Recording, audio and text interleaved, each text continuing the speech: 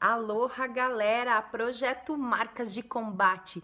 Estamos na Casa do Carrasco, na história dos sapatinhos vermelhos para, cortar esses sapatos falsos e começar a construir de novo os nossos sapatos, os verdadeiros, os que nos trazem verdadeira alegria.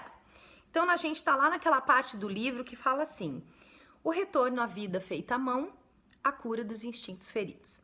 Primeira coisa que eu quero destacar: não tem tempo certo para isso. Pode levar um tempão, pode levar um tempinho. A Clarissa diz: não é demais tirar 1 ano ou 2 para avaliar os nossos ferimentos, procurar orientação. Lembra da terapia que eu falei antes para vocês? Ministrar os medicamentos, meditar sobre o futuro.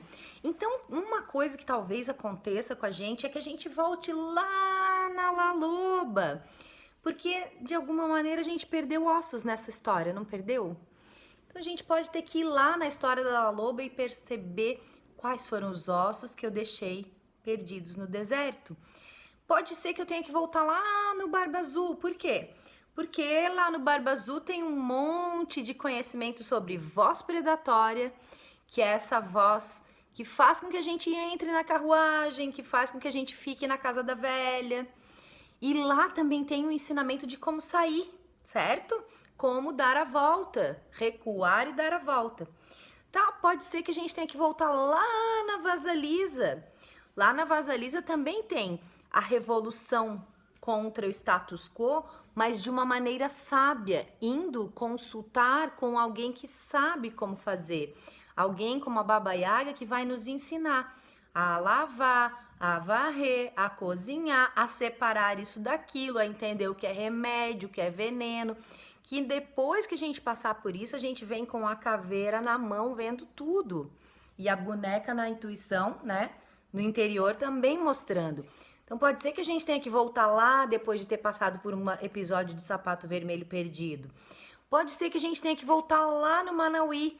Por quê? Porque lá a gente vai lembrar de novo quais são os nossos nomes, os nossos objetivos, os nossos propósitos, como manter o foco, como persistir até chegar lá e mais, como comunicar aos outros isso. Pode ser que a gente tenha que voltar lá na mulher esqueleto para que a gente faça esse casamento entre ego e alma e não deixe o ego desconectado da alma, porque o ego desconectado da alma é quem permite que a gente entre nessas carruagens e depois não consiga sair da casa da velha, tendo que cair em armadilha após armadilha.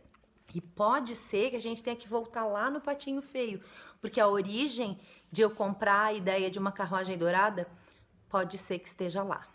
E mais, quando eu recuo diante do coletivo, é porque eu ainda não estou forte o suficiente para procurar a minha turma.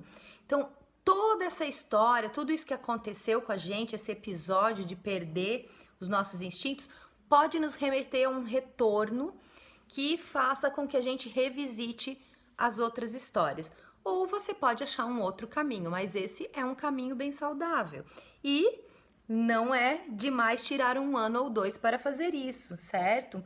Então, antes de se jogar, né, no mundo de novo e de repente correr o risco de chegar uma nova carruagem dourada, cuidado, tá? Ela diz assim, e aqui tem bastante foco no patinho feio, né? Não temos controle sobre quem nos põe neste mundo, não podemos influenciar a fluência com a qual nos criam.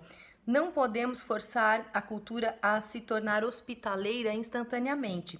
No entanto, as boas notícias consistem em podermos reviver nossas vidas, mesmo depois de feridas, mesmo num estado feroz, mesmo que estejamos no cativeiro. Então a gente pode voltar lá e fazer todo esse resgate. O importante é, se você ouviu o chamado, tenta sair. Vai lá no Barba Azul ver como é que a menina faz. Ela não sai, agora eu vou sair desafiando todo mundo e pá. Não, ela faz um planejamento, ela recua, ela fica calada, depois ela dá a volta. Então, prestar atenção nisso, tá, gente? Tem uma coisa também que ela fala aqui, é que às vezes a gente fica muito falastrão. Eu quero isso, eu quero aquilo, eu queria tanto sair dessa situação, eu queria tanto que a minha vida fosse diferente, e lá. pare de falar. Lá no Patinho Feio ela fala isso. Pare de falar e haja. Aqui ela também fala, tá? Há uma simples porta que à espera de que a cruzemos. Então, o fato é, saia da casa da velha secarrona. Essa é a atitude.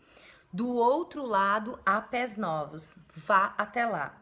Rasteje até lá se for necessário. Vai do jeito que der. Pare de falar e de se atormentar. Simplesmente haja. Voltamos com mais um pouquinho da recuperação da nossa vida feita à mão. Beijo!